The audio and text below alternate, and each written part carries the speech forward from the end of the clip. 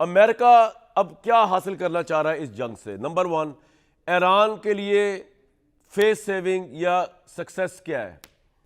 मैं समझता हूँ कमरान साहब, एक तो आपने बहुत जामिया बड़ा अहाता किया अपने इब्तदाई कलमात में। मैं समझता हूँ कि ईरान के लिए जो ये जंग है उसके मकासद और उसकी हिकमत अमली इसराइल और अमेरिका से बिल्कुल मुख्तलिफ है। टाइम और स्पेस में अगर हम बात करें तो मैं समझता हूँ आपने बड़ा अच्छा जो कॉन्टेक्स्ट सेट किया है ना, उसी के अंदर मैं एक्सप्लेन करने की कोशिश करता हूँ।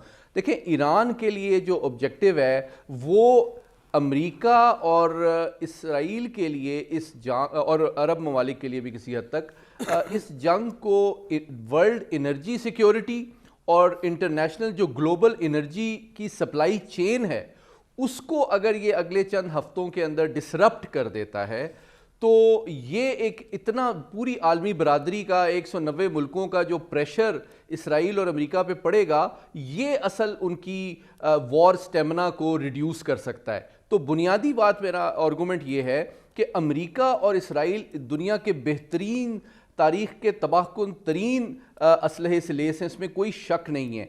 लेकिन time perhaps is on the side of Iran. Iran चाहेगा कि इस जंग को थकाने वाली लंबी जंग बनाया जाए और एंड में सर्वाइवल जो है असल में ये है कि वो पेन कितना एब्जॉर्ब कर सकते हैं। जिस तरह ट्रंप साहब ने कहा ये जंग 4 से 5 हफ्ते चल सकती है, तो मैं समझता हूँ 4 से 5 हफ्ते तक अगर ईरान की कौम और क़यादत और फौज जितना पेन उन पे इन्फ्लिक्ट किया जा रहा है, ये 5-6 हफ्ते अगर वो बर्दाश्त कर लें, सरवाइव कर जाएं, तो मैं समझता हूं कि दुनिया, अभी देखें 700 कंटेनर जहाज कामरान साहब इस वक्त गल्फ ऑफ हर्मज में आज की इत्तला के मुताबिक फंसे हुए हैं। 700 तेल के जहाज, आप इमेजिन करें। तो मैं समझता हूं आपने बिल्कुल सही कहा, कतर ने इंडिया की सप्लाई बंद कर दी है। भाई इंडिया, पाकिस्तान, ये जितने मुल्क एनर्जी पे डिपेंडेंट है एक्सटर्नली, लेकिन मोहम्मद अली भाई इसमें तो रशिया तो मुझे बड़ा डोमिनेटिंग पोजीशन नजर आ रहा है। रशिया की तरफ तो पूरी निगाहें, क्योंकि रशियन ऑयल तो अब पीक पे चला जाएगा। ये आपने जो बात की ये बड़ी इंपॉर्टेंट है और ये सबसे इंपॉर्टेंट है। इस जंग का सबसे ज्यादा फायदा माशी एतबार से, तिजारती एतबार से, तस्वीराती एतबार से रशिया को इसलिए होगा कि अब जबकि अमेरिका, मगरबी ताकतें और इसराइल का फोकस ईरान पे होगा, उनकी जो डिफेंस इंडस्ट्री की सप्लाई लाइन है वो इस वॉर एफर्ट को सस्टेन करने की तरफ मबजूल होगी। तो ये रिलीफ में ट्रांसलेट होगा क्योंकि अब वो यूक्रेन की वॉर एफर्ट को सस्टेन नहीं कर पाएंगी। और मैं समझता हूं अगले 4-5 हफ्ते का फायदा रूस उठा सकता है बड़े पैमाने पे पेश कदमी करने के लिए भी, क्योंकि उनको पता है कि अब मगरबी जो सरपरस्ती है वो यूक्रेन की काफी कम हो जाएगी। दूसरी बात ये कि एनर्जी देखें, चीन के ऊपर, चीन का भी बहुत बड़ा दारोमदार ईरान पे है तवानाई के एतबार से, तेल के एतबार से। तो मैं समझता हूं वो तो और ज्यादा रूस के ऊपर डिपेंडेंट हो जाएगा। तो अब आप देखें इसका तीसरा और अमेरिका बड़ा परेशान होगा दुनिया का जो अमेरिका, जी मैं यही कहने लगा हूं, अमेरिका की जो बुनियादी कोशिश थी, 3 जो उसके ग्लोबल स्ट्रेटेजिक ऑब्जेक्टिव्स हैं ग्रेट पावर कंपटीशन में, वो इसकी वजह से खराब हो जाएंगे ईरान जंग में फंसने की वजह से। और वो क्या है कि जनाब चीन और रूस को अलग किया जाए, चीन को आइसोलेट किया जाए, रूस को इकोनॉमिकली, ये तो सारा उल्टा पड़ रहा है इस वक्त। तो अगर रूस के ऊपर ये तो चीन भी जो है वो ज्यादा डिपेंडेंट और रूस के करीब हो जाएगा और रूस जो है उसकी एक्सपोर्ट्स बढ़ जाएंगी, डी डॉलराइजेशन और बार्टर ट्रेड जो है वो भी तादाद एक्सेलरेट हो जाएगी। तो इकोनॉमिक हेजमनी हो या जो अमेरिका की ग्लोबल नेशनल सिक्योरिटी पॉलिसी हो कि रूस और चीन को अलग करना है या चाइना को डिप्लोमेटिकली आइसोलेट करना है या इकोनॉमिकली और एनर्जी एक्सपोर्ट जो है रशिया की कम करनी है, वो बड़े गेम में, ग्रेट पावर पॉलिटिक्स में अमेरिका का ज्यादा बड़ा नुकसान होगा इस ईरान जंग में इन्वॉल्व होने के लिए। और आखिरी बात ये कि देखें ईरान के साथ भी अब आप देखें जो 3-4 दिन में बयानात में आपको तजाद नजर आ रहा है, मार्को रूबियो और बात कर रहे हैं, ट्रंप और बात कर रहे हैं, इससे ये लगता है कि अमेरिकी फौजी क़यादत ने इनको वार्न किया था कि ये क्विक, क्लीन और डिसाइसिव विक्ट्री, लेकिन वो इतना क्विक हो नहीं रहा, उसको उन्होंने नजरअंदाज किया और उनको अंदाजा हो रहा है कि फौज की बात ना मान के इन्होंने गलती की है और अब ये फंस गए। आपका पॉइंट आ गया। अब मैं जा तो भट्टी साहब की तरफ लाऊं, लेकिन मैं एक बात कहना चाहता हूं ईरान से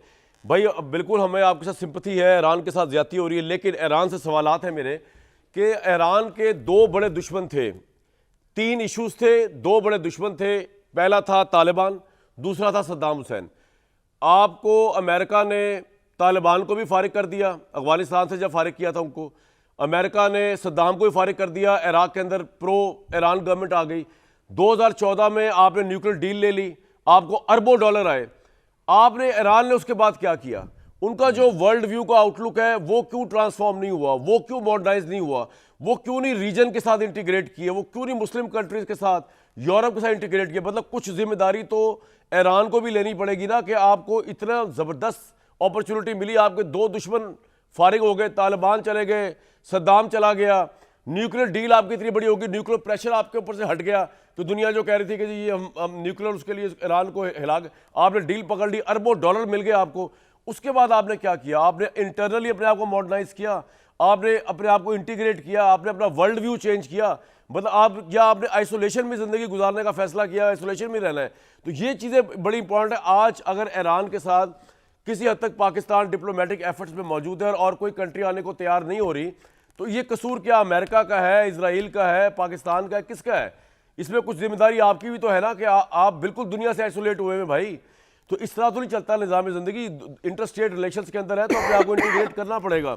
इसी बात के ऊपर भट्टी साहब, ईरान के पास तो अब कुछ भी नहीं है सिवाय वो एक ही चीज़ कर सकते हैं कि जी वो जिस तरह के मोहम्मद अली साहब भी कह रहे हैं और मेरा भी ये बिलीफ है कि वो सरेंडर ना करें, वो मिसाइल खाते रहे, वो मरते रहे, इंफ्रास्ट्रक्चर तबाह करवाते रहे, और वो कह रहे हैं हम सरेंडर नहीं कर रहे।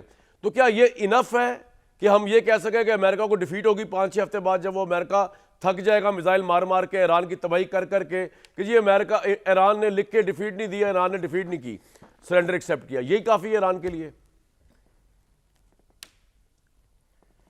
पहली बात कामरान भाई, 2-3 बातें बड़ी अहम हैं जी। एक कि मुस्लिम उम्मा इन्ना लिल्लाहि व इन्ना इलैहि राजिऊन, अरब लीग इन्ना लिल्लाहि व इन्ना इलैहि राजिऊन, OIC इन्ना लिल्लाहि व इन्ना इलैहि राजिऊन, और 56 मुसलमान मुल्क इन्ना लिल्लाहि व इन्ना इलैहि राजिऊन।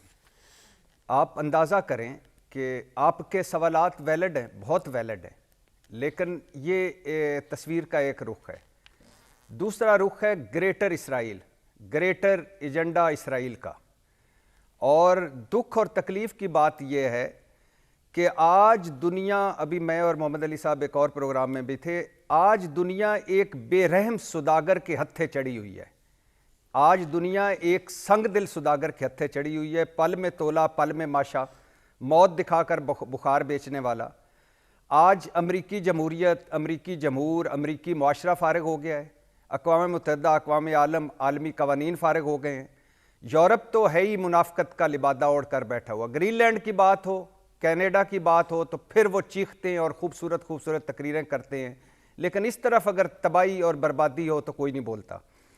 चीन और रूस बेहतरीन होम्योपैथिक दवाइयाँ हैं अल्हम्दुलिल्लाह, इन्होंने ये दवाइयाँ लेते रहें, कोई अगर नुकसान नहीं तो फ़ायदा भी कोई नहीं, तो इनका तो निकाल दें।